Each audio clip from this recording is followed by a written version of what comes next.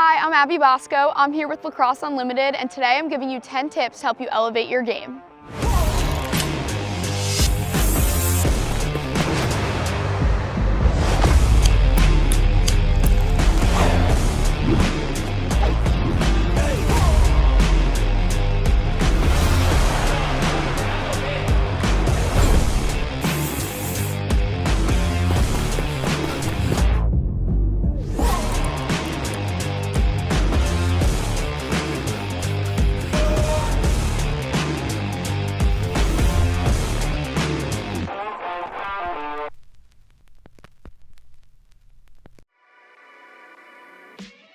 When I was 4, my mom signed me up for the local youth lacrosse clinic, and she bought me my very first stick and pair of goggles, and I was running around with my little hot pink stick.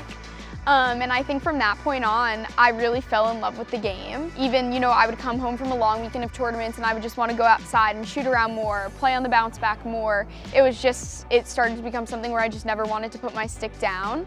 And I played soccer and basketball all throughout high school as well, which I think helped me with a ton of IQ components of the lacrosse game, especially, defensively.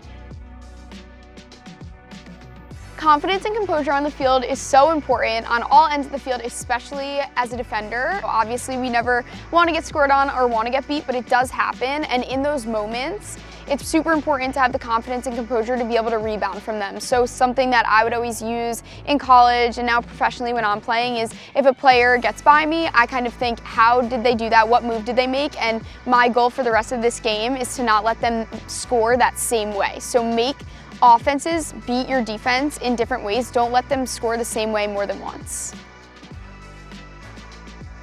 So my pregame routine always started the night before our game, so I would always get chicken parm pasta with my teammates at our favorite local restaurant called Potomac Pizza in College Park. And then the morning of the games, my roommates and I would blast Girl on Fire by Alicia Keys on our drive over to the field. And then I think a lot of obviously I had to do my game day bun, game day hair, and then a lot of it was just, embracing the moment with my teammates, dance parties, hyping each other up, and just getting fired up for the game.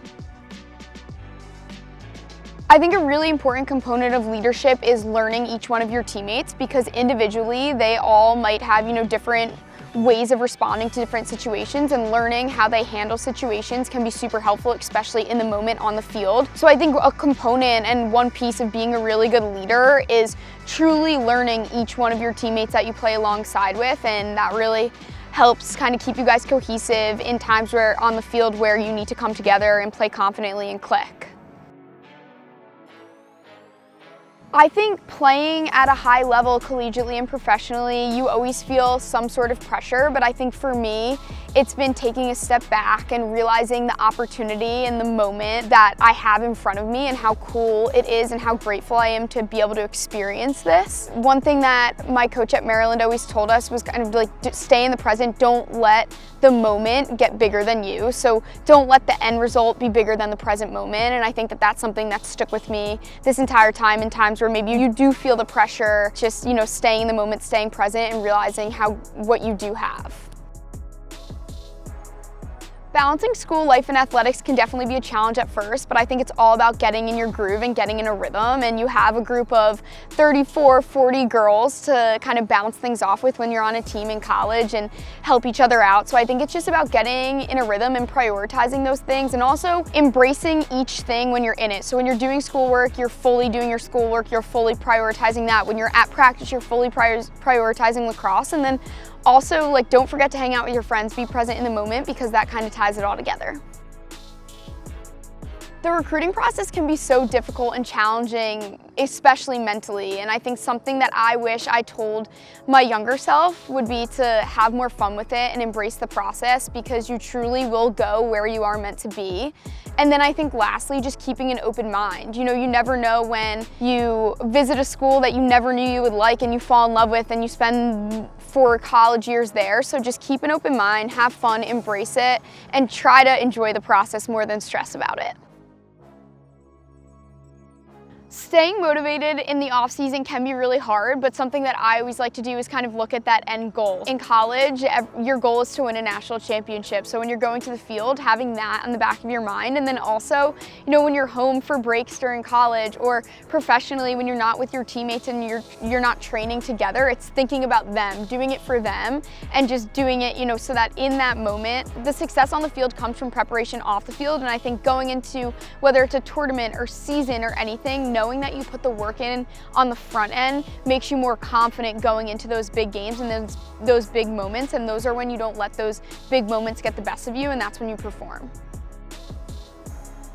One thing that I did to help elevate my game in college was really become a student of the game. I watched a ton of film, not just on my opponents, but just watching any lacrosse game that was on at the time, but then also a ton, before big games, studying your opponents defensively. I think there's a happy medium between overdoing it, but also preparation. When you go into a game feeling prepared, you go into a game feeling more confident, and it's almost like you know your opponent's next move before they make it. So I think becoming a student of the game is super key to success as you get to the higher and higher levels.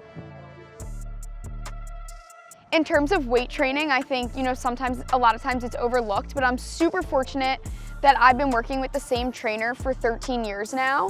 So he's kind of helped me through my high school, college, now professional years. We still work together, and I would say there's a love-hate relationship with this exercise, but the one exercise that's really stayed consistent through all their years is Bulgarian split squats. They are painful, but I think, they truly do help. And then also not overlooking, the small warm-ups we do. So in my warm-up, we do a ton of activation, but then also injury prevention. So one-legged hops, bounds, jumps, all of those things, they can seem like, oh, this takes so much time, but those things are super important to your success. But yeah, so I think not overlooking weight training and all the little components of it.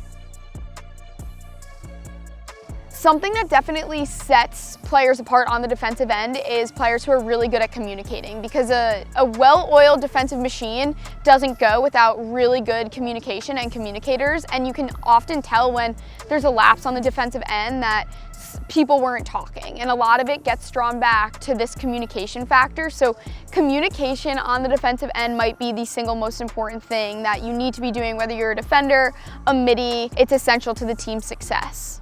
Now we're gonna head over to the field and talk about some on-field tips and tricks that are gonna help you elevate your game. Really good defense all starts with solid 1v1 foundational defense. And I think the biggest thing here is your approach, your breakdown, how you're initiating contact, really focusing on your attacker's hips, and most importantly, staying low the entire time, being able to move either way, kind of changing direction on a dime. It could be a side shuffle, it could be a kind of a sideways run, it could be some sort of back step, but you're low and loaded and you're ready to go anyway and staying super balanced. So if I'm here, I'm approaching, staying super low. From this position, I can kind of back step, I can side shuffle either way, I can sideways run. If I need to sprint to catch up to someone, I can do that too. And if you really rep out those components of 1v1 defense, create that solid foundation, it's gonna help and add to the overall success of your team's defense. I'm Bosco. Thanks for following along. Remember to subscribe if you wanna watch more content like this.